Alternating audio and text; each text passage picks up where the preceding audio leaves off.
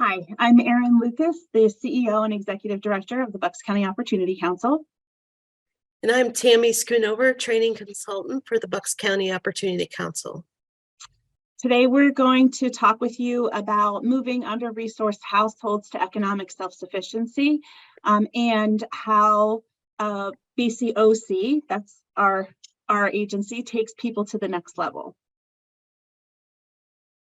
Are you ready, Tammy? Yep. Okay. So let me just start with a little bit about the Opportunity Council. We are a community action agency and established in 1965. Our mission is to reduce poverty and partner with our community to promote economic self-sufficiency. A few years ago, or several years ago now, our board created a vision that is BCOC envisions communities where all people can achieve economic security and have opportunities to create their future story. And much of our funding is a foundation is our federal community services block grant funding, but we also have state, local, public and private dollars. We are about 60-40 funded, 60% government funded, 40% private funded at this point.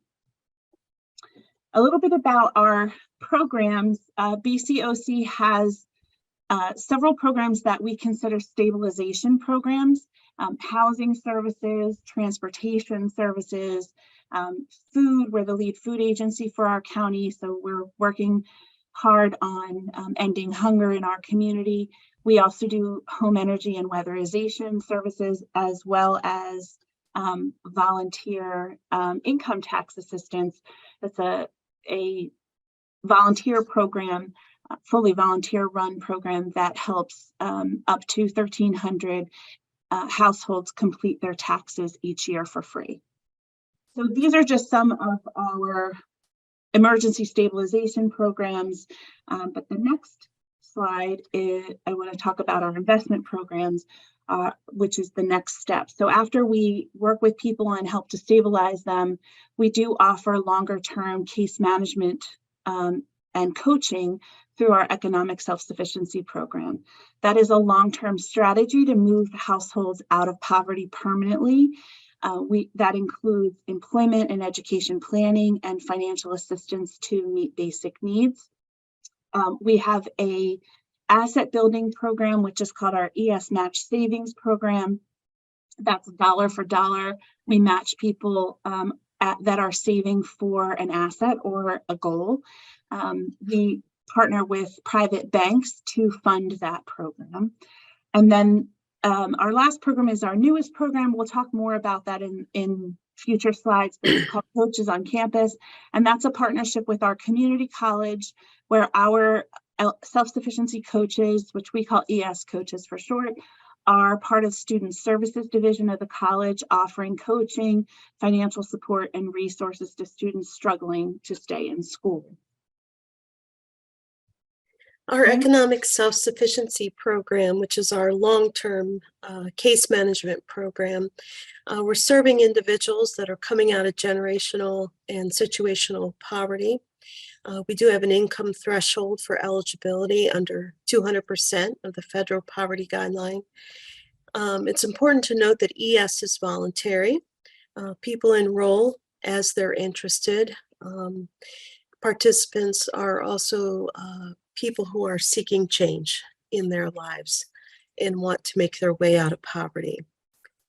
You'll see here that our core beliefs come from the Bridges and Getting Ahead material. We believe that people in poverty are problem solvers. Two things that move them out: education and employment. And relationship is the key to success. And I'll talk more about the relationship between the participant and the coach a little bit later. And we also know that it takes time. Moving out of poverty takes time and effort. And our ES program is up to 5 years. And there are certain times when that 5-year time frame is extended based on a case-by-case basis. And some of the essential elements of our ES program, there is a signed agreement of mutual respect between the coach and the participant. We do have an introductory period just to gauge motivation and persistence. And we also offer a financial support plan based on the goals and objectives that have been set. So we wanted to talk about the benchmarks. So how do we measure success? How do we determine that someone has achieved economic self-sufficiency? And we have established these benchmarks. All of our coaches are utilizing a software program that we'll talk again about later to measure progress.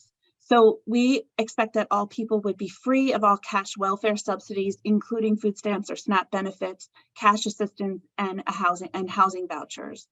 That earned income based on household size exceeds 200% of the federal poverty guidelines, that they have a balanced household budget, an acceptable credit rating, or an improved credit repair plan, which many people exiting our program have a credit repair plan in place, because it takes a long time to reestablish credit, that they live in safe, affordable housing, that they have a health insurance plan for all family members, reliable transportation, and that they've established strong social capital and have knowledge of and ability to access appropriate community resources to prevent future crises, and that they have acquired employability skills, so that they've gained some sort of educational and or employment skill to be able to always access employment in the future. This past year, I realize this slide might be a little bit small, but I guess about a year and a half ago, we wanted to acknowledge people's progress a little bit more along the way. So 5 years is a long time to be in our program. We recognize that there are people that we are working with that may not be able to achieve all of those benchmarks that we established, but we wanted to celebrate the progress that people make along the way. And so we created these ES achievement levels with monetary awards at each level. So some people will progress from level 1 to 2 to 3 to 4 and achieve graduation. And other people might only be able to, not only, but might make it to level 3. We still celebrate their success and we still celebrate the stability that they've gained. And maybe they're in the 5 years that we're working with them, that's the highest achievement level they can gain. And they've said, this is where I'm going to go. I need to keep my housing voucher. I have a larger family and I need to keep the voucher because affordable housing is a real challenge in our community. And so these are some of the reasons why we came up with the achievement levels. We wanted to be able to celebrate success. So we'd be happy to talk more about those should you have questions about that. The ES participant, and again, these are voluntary motivated individuals. These are just some of the characteristics. They have to be a Bucks County resident, employed or have employment history, willing to get employed and or willing to enroll in a educational training program. There's the income threshold, and they also have to be willing to meet regularly with the coach.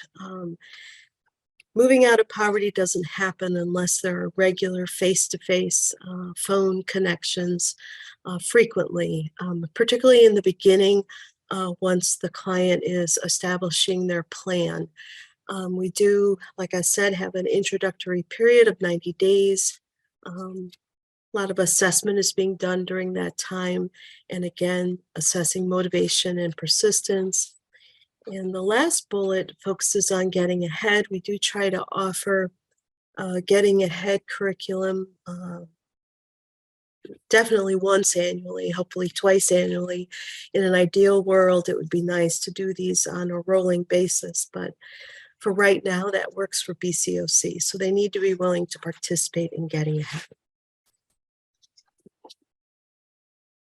And here's some more detail around the self-sufficiency coach, and I can't stress this enough. The coach is a fundamental component in all that we do, whether you're coming in for emergency services, stabilization, or long-term services. That relationship is done and progress is measured on this one-on-one relationship that the participant develops with the coach.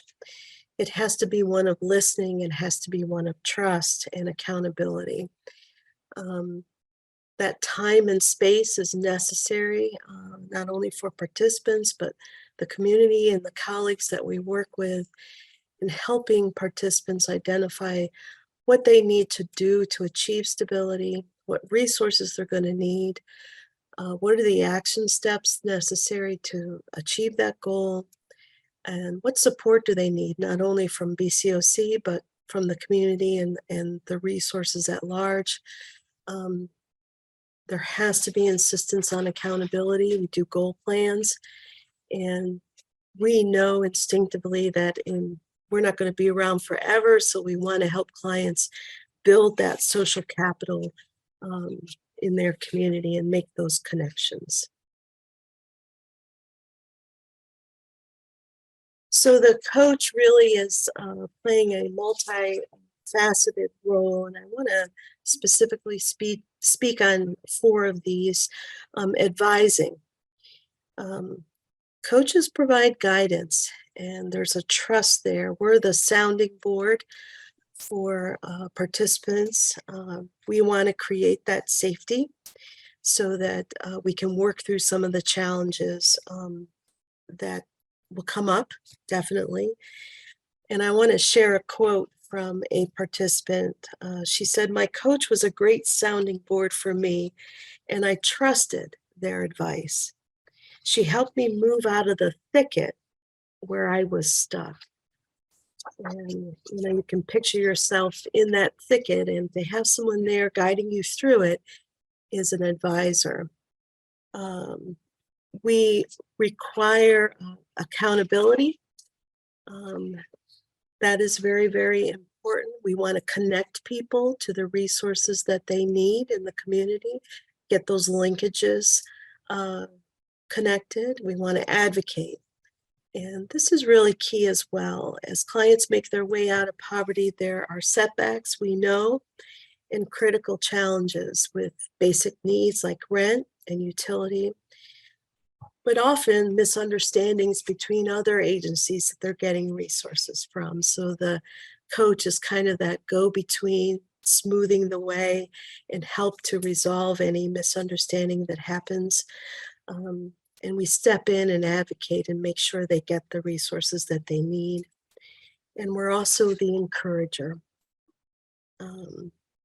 We're not really cheerleading so much as we're offering careful, constructed encouragement designed to help clients stay the course. Effective encouragement happens when the encourager draws on what they know about the individual, their strengths, and their goals.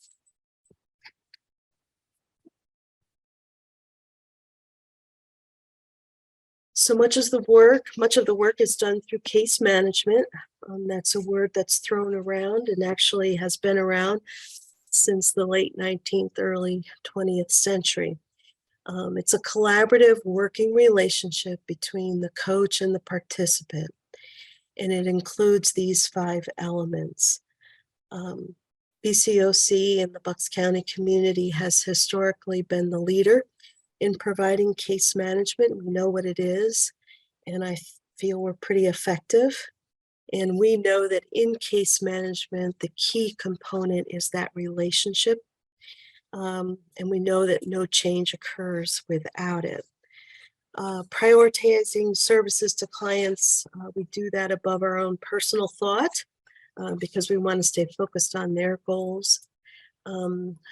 We plan, which means we do a goal plan. We actually write them out. People sign it. I sign it. The participant signs it.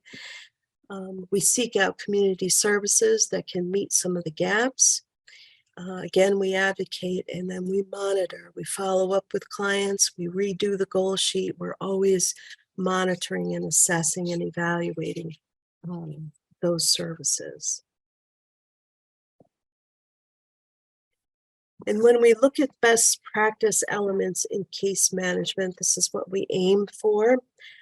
We want to set the high expectation, and that's a part of relationship building. Motivation. Is the client engaged? We want to make sure that both of us are motivated. They have to be, dynamic in their assessment of their progress and have that flexibility to change when needed. One client said, I wholeheartedly would recommend ES to other people facing circumstances like myself, but with one caveat. You need to be motivated and really cannot enter the program or stay with it unless you show that you have the motivation to go after it. We want to tailor services for each client, focusing on the strengths and the resources that they have. There really isn't a cookie cutter approach. It's all client centered. Education and employment. BCOC measures progress in 10 dimensions, and Erin's going to talk a little more about that later.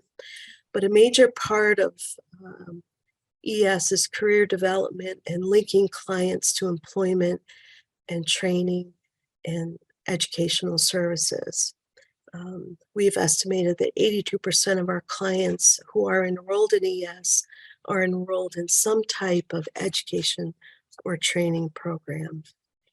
And we can't do any of this work without community partners, such as the community college and the Career Link.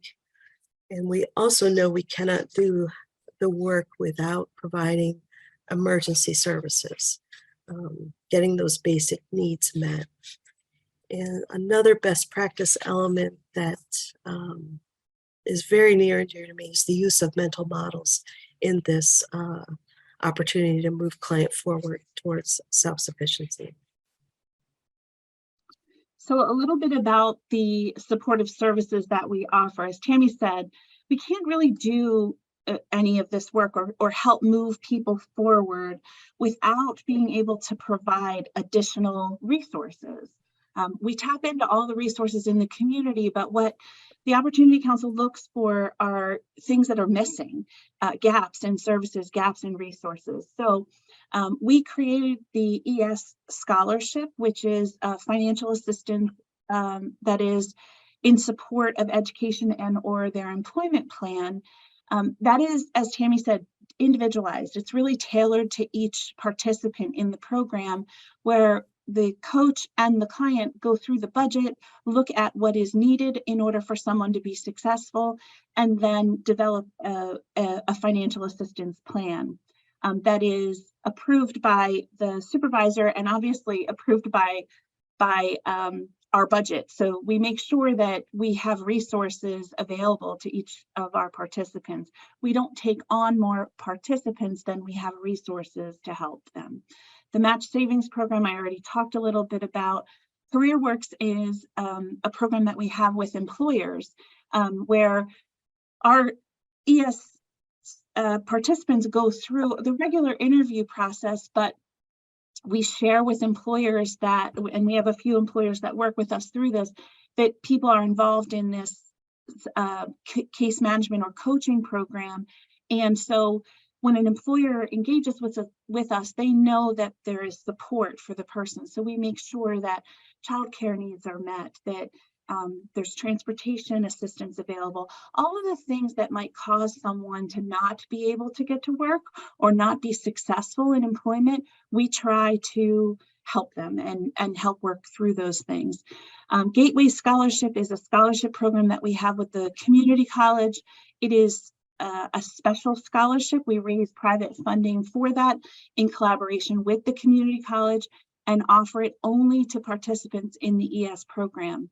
The unique thing about that scholarship program is that it's not only for the 4 credit programs, it is also for training programs, so or certificate programs. So if someone is, for instance, right now we have people who are interested in office management programs and QuickBooks learning programs. So if they are interested in those programs, we can help to support that.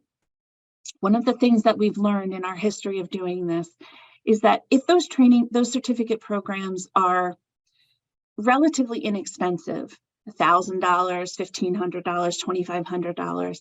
But when people are in poverty or in low income situations, living paycheck to paycheck, that might as well be $1 million. And so that's why we created the scholarship program, to help bridge that gap and get people into those training programs and help them. The home ownership award, actually, this says up to $1,800, and this year we increased that to $2,500 to help someone with a down payment or closing costs if they utilize that award within 3 years. I have often extended that an extra year. Sometimes it takes people 3 or 4 years before they're ready to buy a house, but we are contributing to that and helping. And then just some of the things while people are in the program, we offer holiday assistance and back to school. These are things that people will sometimes break the bank or break their family budget for because they don't want their children to go without.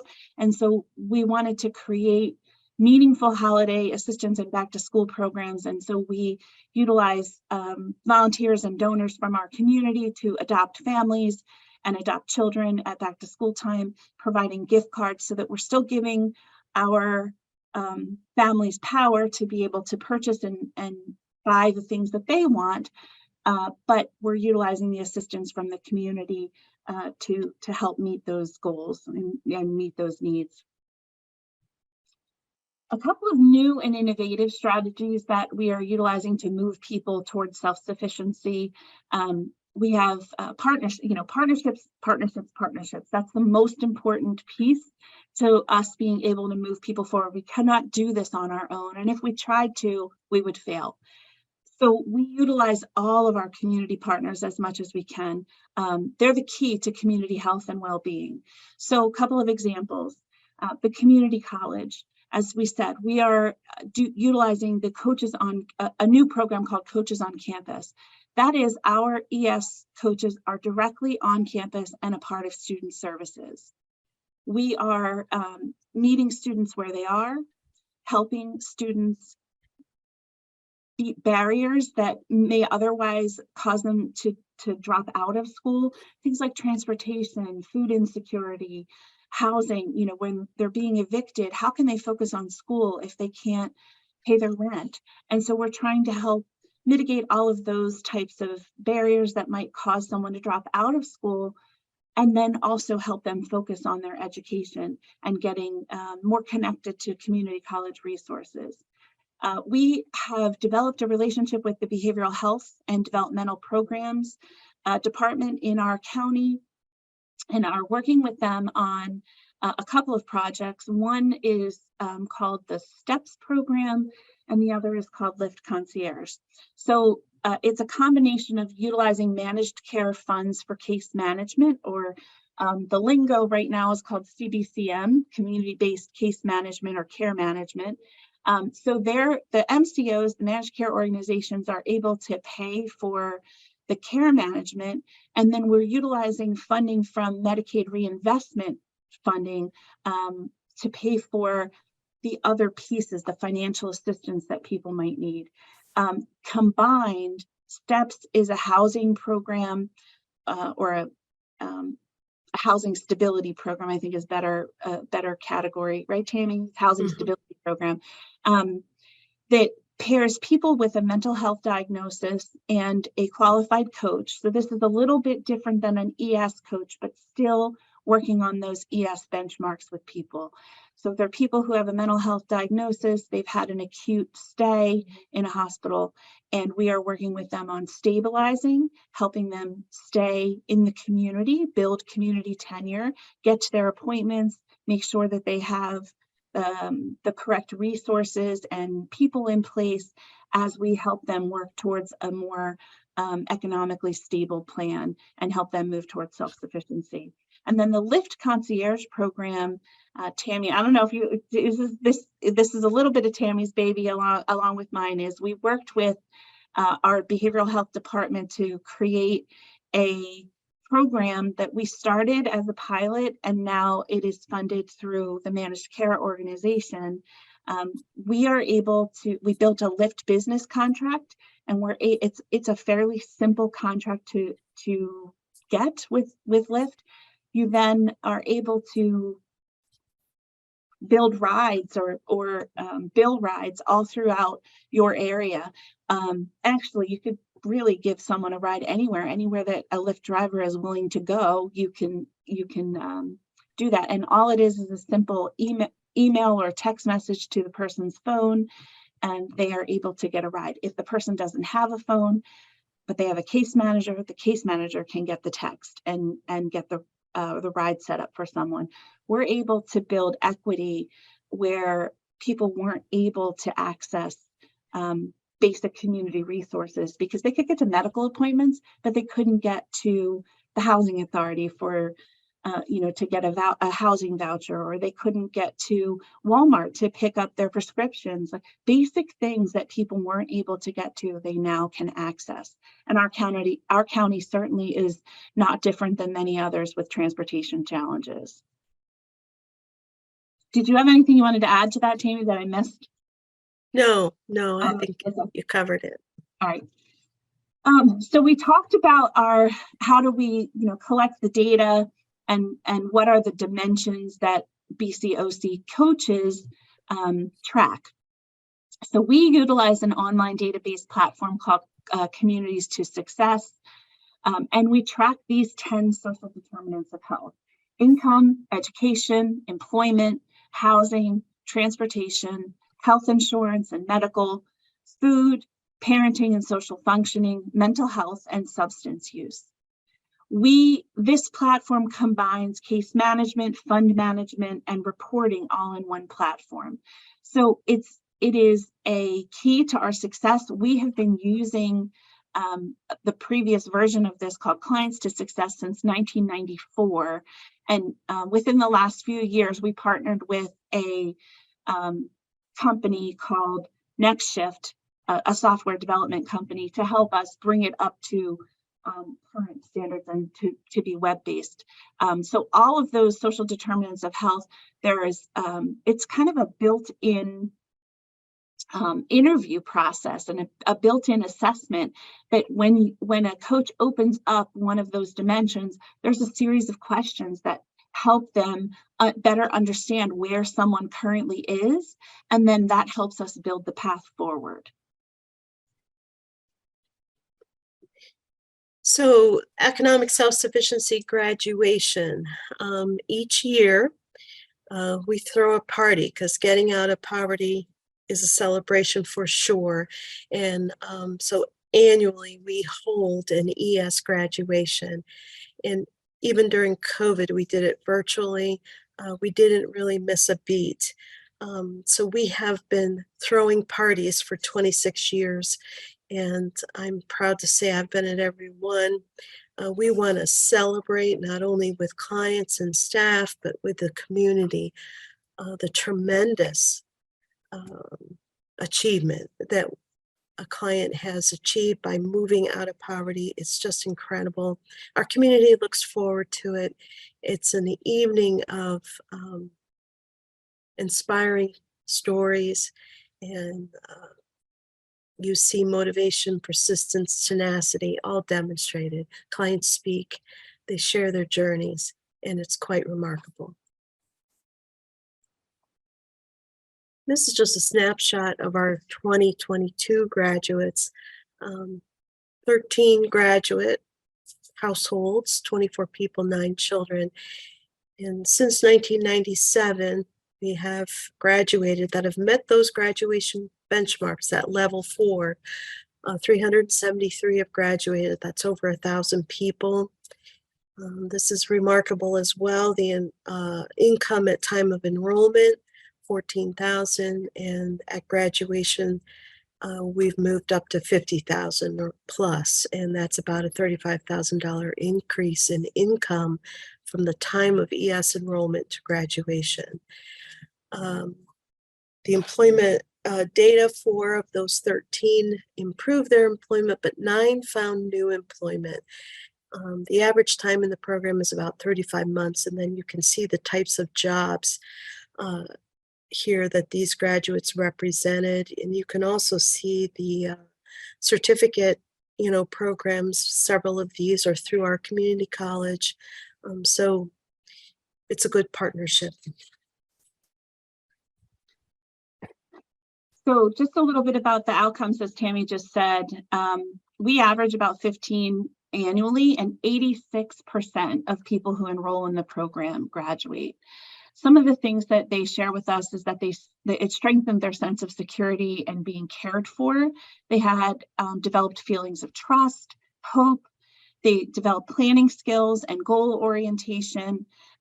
They developed confidence, gained confidence to achieve their goals, and self-esteem, resilience, improved their communication and soft skills in working with people, and that they gained a career focus and job searching skills. So all things that we know that people need to live a quality life and to gain employment at a living wage for their family. My coach, she had me draw a picture, and that picture haunts me. It really does. I drew a mountain and a huge boulder, and I drew myself trying to push this boulder up. On the other side of the picture, I was supposed to draw like where I wanted to be, and that was something that also haunted me because I really wanted to be where I saw myself when I started this program, and I am. I got there, and I'm not at that mountain anymore. I'm not pushing that boulder up. I am at the top, and I am waving my flag. And now I want to reach down and help other people get to the top as well. I'm proud to say that I was here at the launch of the ES program. Back in 96, 97, we brought staff, together and what is this going to look like? We were able to get the program started, and it's really the only program that I know of that succeeds in taking people who are on public assistance and leading them to self-sufficiency and independence. It's that intensity of support and the constant encouragement that really works. What's so special about the program is the care. Something I've come to realize as I've gotten older is how much care, knowing someone cares, affects what you do for yourself. Our coaches kind of fill that role of just the supporter. It's a life coach, it's a mentor, it's a boss. It was like having a friend. It is like having the supportive family member there. I don't come from a huge family. I'm not married. So having somebody cheer for me was really, really important. And I learned how to cheer for myself. I had, Tammy rooting me on and telling me I can do it. She gave me so much confidence that just because I had a hiccup in the road, that it wasn't the end. It was almost like bumpers up in bowling. I never felt like I was going to go into the gutter. I never felt like I was going to drown or get too over my head. I just felt like I had the proper guidance. The more people who are engaged in healthy, productive coaching, the healthier our community will be. Honestly, just completely grateful that such a program existed for me to find my footing and have someone hold me accountable and really, help me reach for the stars. What people don't always realize in the ES program is that all along you had the power, but you needed the support. It made me feel like I can do it, and I did do it. I think it's really important that we take time to celebrate ourselves, each victory that we have along the way. So I'm going to take this and I'm going to cheer myself on, and I'm going to cheer on everybody else. I'm really excited to celebrate the next 25 years of graduate. That's the impact of 25 years, is that we've interrupted the pipeline to poverty. Because once you've been coached, once you get on your feet, you're able to help others. I've become one of those people. I'm a resource now for others. It's part of being something bigger than myself. It's being part of a bigger picture. I feel really special to be a part of the 25th graduating class. Even though this is graduation, the journey never ends. Now I'm an alum. To the graduates, I am just so inspired by all of your accomplishments and your hard work. And We are incredibly proud. Year after year, I've heard stories from you that have touched my heart. You have overcome many obstacles, but you met them head on with persistence and determination, and you should be very proud of what you've accomplished. We value your resiliency, and former graduates and graduates always have a friend at BCOC. If I can make it, you can make it, but you have to be determined and have strong willpower and believe in yourself, and you will achieve your goals. I know where you're at now, and you should feel so proud and so excited for the future. I'm an ES graduate, and I'm determined to break down barriers to self-sufficiency. I am an ES graduate, and I am free from poverty. I am a fighter. I'm proud, I'm happy, and even 25 years down the line, I hope the 50th year alum can feel even more special than I do.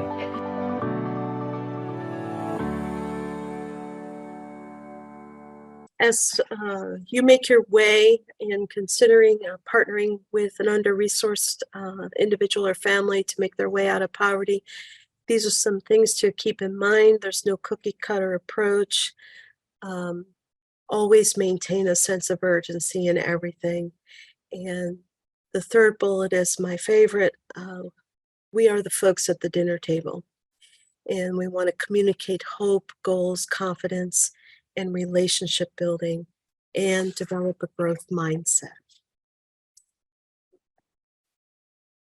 So a little bit about lessons learned.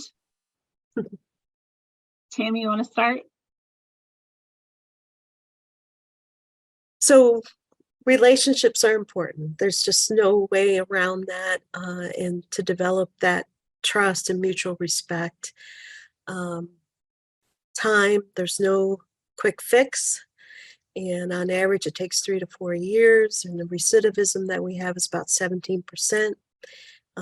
We did that in a study in 2018, which isn't too bad when we're looking at the long view. True.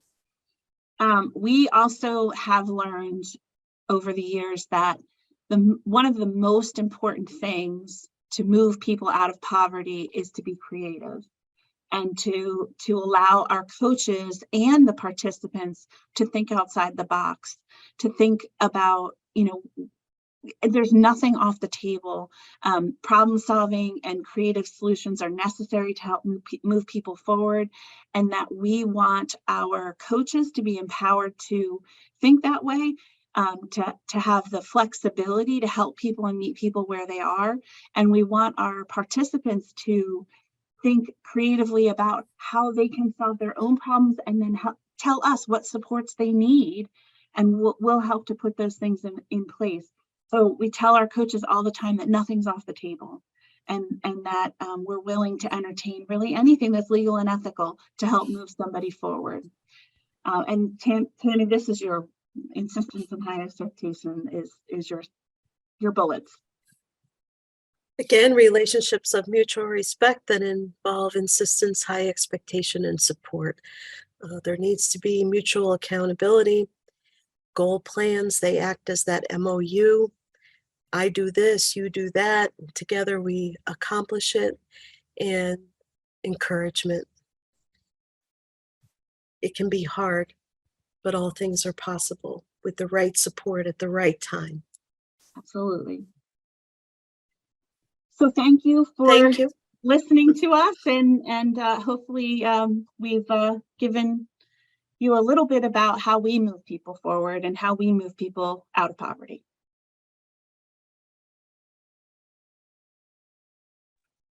Thanks to both of you for sharing today. It's casting a larger vision for really ways to stabilize and move individuals into a life that it looks like a greater meaning, and just really helping these families.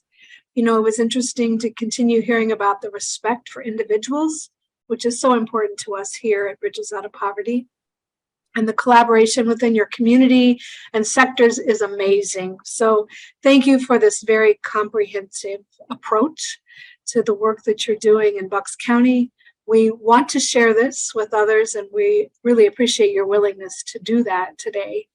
I know that you put up your email addresses, but if anyone else wants any other information, they can also contact me at ljackson@ahaprocess.com. Happy to also provide contact information.